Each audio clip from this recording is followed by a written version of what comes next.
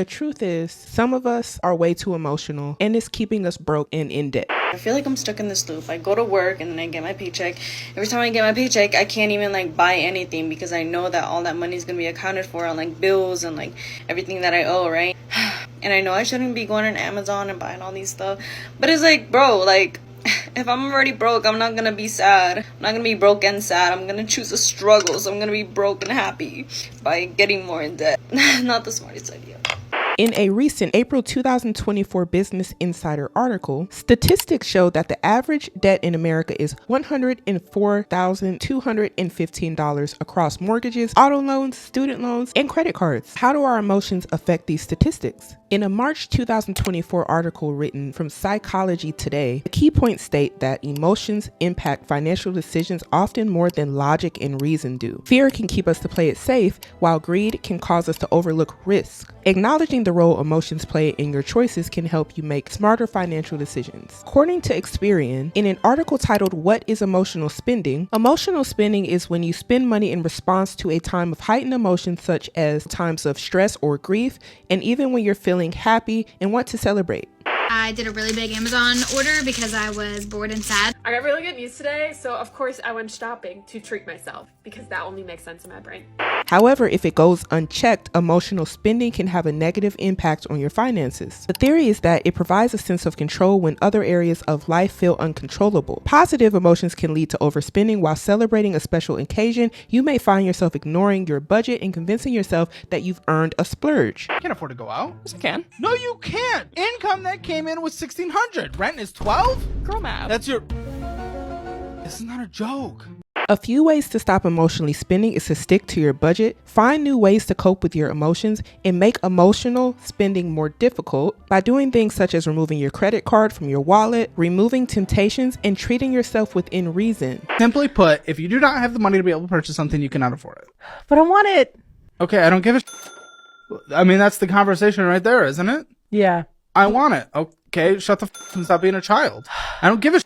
What? Have you ever had a conversation with somebody and they are trying to explain to you why they deserve an item, and it usually is feeling based? A lot of these people are in debt, but they're feeling so strong that they should have these things because they have the desire. And the desire is what fuels the overconsumption and the debt. And some of this can lead to financial stress and disaster, and also regret in the future for whatever purchase that you may have made that dug you into a hole. I bought my dream car and now I'm getting rid of it. Here she is. It's a Mercedes-AMG GT53. Why are you getting rid of it, Nick? Well, I'm glad you asked. Well, reason number one, it's not as exciting as it once was or as I thought it was going to be. When I first got it, very exciting. Loved driving it. People would tell me how nice it was. That was cool. Never had a car that anyone ever said, that's a nice car. That felt nice. But then it faded away. That feeling of excitement faded away. And it's a good thing. I realized that no thing outside of me will ever make me happy, ever. Now, it makes you wonder, if I am not excited about the car anymore, it's been less than a year, keep in mind. Why did I really buy it? Was it because I wanted it so bad and I love the car so much?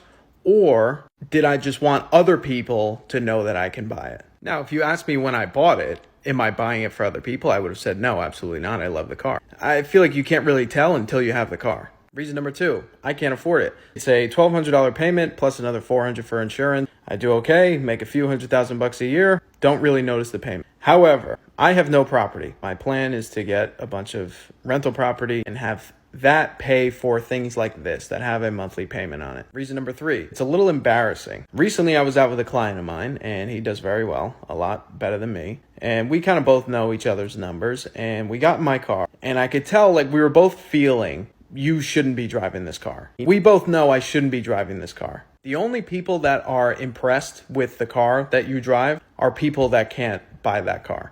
Though I understand most people want nice things, I also think we must be rational about the things that we are getting and why. Is it emotionally driven? Do we actually have the resources in order to afford these things? Or are we just driving ourselves into more debt? Are we buying things we don't need and disregarding the future, our savings, emergency funds, brokerage accounts, and then telling ourselves that we deserve these things while not prioritizing anything else?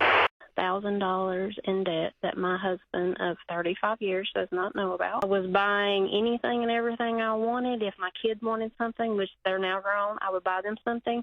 If my mom needed help, I'd just give her a credit card. I just had my oh crap moment when I overdrew my checking account. 20 years ago, we had to file bankruptcy. At that point, my husband and I separated our checking accounts because he is a saver and I am a spender, and I got us into that mess. I am door dashing. I'm working my full-time job. I'm selling everything that I have purchased, trying to get out of this debt because I do not want to tell him, and I don't want to ask him to help me. Our house is paid for, thankfully, because of him, and I pay my own car payment and cell phone bill.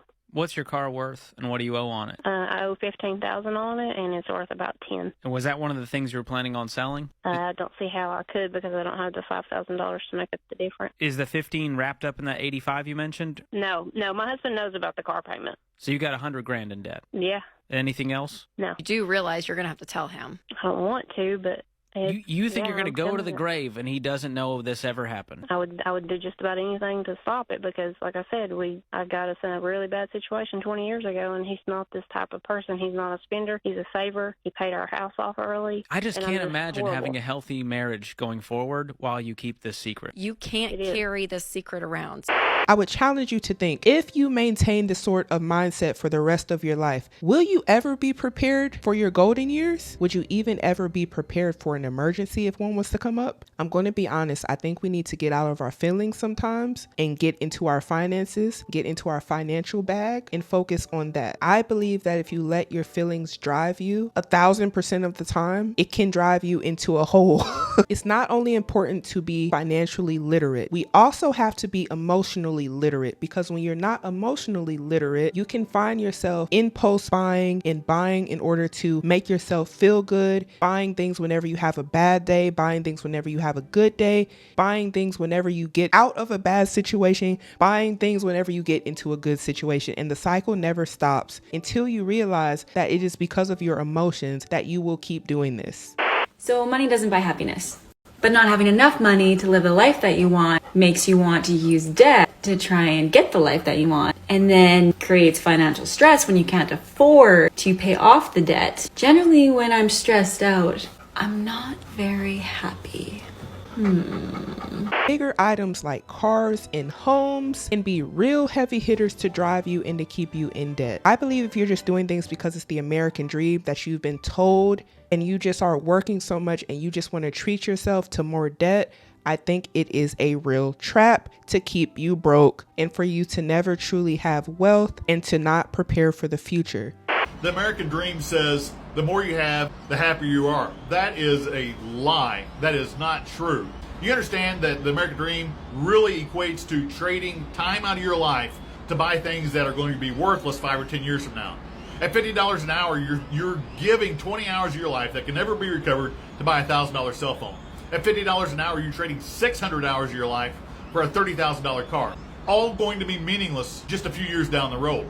And unfortunately, a lot of people can't see the future. I've read so many comments where people are saying, what is the point of preparing? I want to have something nice now because I don't know if I'm going to be here tomorrow. But I would ask, what if you are here for another 10 to 20 years? Do you want to be on this earth suffering, in debt, trying to find a way to pay everybody that you owe money to? To me, that doesn't sound like the life anyone would want to live. If I am blessed with a lot more years on this earth, I don't want to be fighting debt off. I don't want to be fighting bill collectors. I don't want to have to face eviction. I don't want my car repoed. I don't want to face these things because I was buying things off of my emotions. And for some reason, it goes unchecked. It's almost like a thing you can't really talk about. You just see people do it. And when they tell you why, it's almost ludicrous. And you just have to be like, oh, I'm happy for you. But deep down, we know that this is going to be a big financial burden. Buying things off of feelings is a dangerous, dangerous game. The big corporations are the one that benefits off of these emotional spending habits that a lot of us have. Whether it's just getting coffee, nails, oh, I want to get my hair done,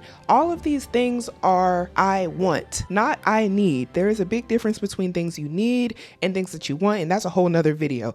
The things that you want are the things that you desire, and these are also the things that can keep you broke if you're not paying attention. A lot of us say we can't put any money aside. We just can't put nothing aside. I'm almost willing to bet that you have a subscription that you're not even using. I'm almost willing to bet that you have a habit of going out to eat somewhere and you won't even put aside $5 into account to make some money. The reason why that even matters, because a lot of people would say, why does $5 matter? It's not going to do nothing for me. It's the mindset. If you never get out of the mindset that you may be able to actually do something and change your financial situation, you just keep doing the same thing that you're doing right now and you make no changes and you stay in debt. It's going to require some change. It's going to require some action. One of the first things you have to understand is sometimes your mind is what's holding you back. In a 2023 CNBC article, it was concluded that of those earning more than six figures, 49% reported living paycheck to paycheck, a jump from the last year's 42%. A lot of people equate not making enough to being their problem of why they cannot build wealth, but this study shows that even people that are high income earners are facing the pressures of financial stress. If you can buy Starbucks, I would ask, can you not put the same amount of money into an account to build some wealth, to even start changing your mindset? When you actually start small, whenever you get larger amounts of money, you already have the mindset of what to do with it. You're not thinking, oh, I'm not going to be here for long on this earth. I might as well just go buy a BMW. I might as well just go fall till I fall. I don't know. Like, you won't think like that. I'm automatically going to put this money aside for my future, and with the rest of it, I'm going to do whatever it is I need to do. But this ball till you fall mentality that some of y'all have, this is why you can't get ahead. It's keeping you stuck. And I'm going to be honest with you. A lot of the people in your circle are going to be right there clapping you on when you do this madness because they are lost. They don't understand that these are wealth killers. They may see the shiny things that you have and just feel good for you. The people who know you like that and know you don't have it like that, they're not going to tell you, hey, you're stopping yourself from building wealth. They're probably not building wealth themselves, and they might have the same mentality you have. You sometimes got to open your mind up to people who have a different perspective about life and the future and financial literacy than what you're used to. If everyone you hang around promotes you doing things to keep you broke, maybe you should find a new set of people to hang around, because I don't see how y'all would ever talk each other out of being broke and in poverty. They will be right there clapping you on as you dig yourself further into debt with the shiny things to show off to people who don't care about you. And meanwhile, if you ever get in a jam, you can never ask these people for nothing. They don't have it. So look around who you're hanging around and ask, what are their habits in our mind like that? That's not for me to say. That's for you to figure out. The next time that you purchase something, ask yourself, did I really need this? Or is it something I wanted? And then ask yourself, do you have your priorities in order? And what are you doing to get there? If you're not doing nothing to get there and you just want to keep balling out of control, buying stuff you don't need based off of your emotions because it made you feel good for the moment, I challenge you to ask yourself, is this thing more important than ever putting 1 cent into my future? Because some people won't put 1 cent. I will hear every excuse about why you can't even invest $5 into your future. It's not enough. It's not. The mindset matters, y'all. You have to start somewhere. Some of the habits we have been fed to us since we were kids. They were fed to you to keep you broke and to keep you consuming things and to never have wealth. If you turn it off and understand that it's a trap, you might be able to see a brighter future for yourself. But consumerism is not the way. Consumerism is not going to make you wealthy. Emotionally spending is not going to do it either. Unless you break the habit, it's just going to be something that you continuously do until you're old. And then you look back one day and you have nothing to show for it but a whole bunch of stuff that you didn't need. I don't want to see that for anybody. I don't wish that on anybody, but I understand you can't save everybody. You can't make everybody understand this concept, but I truly believe that there is somebody out here that needs to hear this and that they can change. And this is who this video is for, the people who are willing. I encourage everybody to reflect on their emotional triggers when related to buying things and finances. If you want to try to change your mindset, try to find ways to be more emotionally intelligent and financially literate and to change change the mindset that you've had since we were so young in order to consume things to make other people rich, because that is what we have been taught to do. Break out of the chains. Don't fall for the traps. Change your mindset in order to have a better future.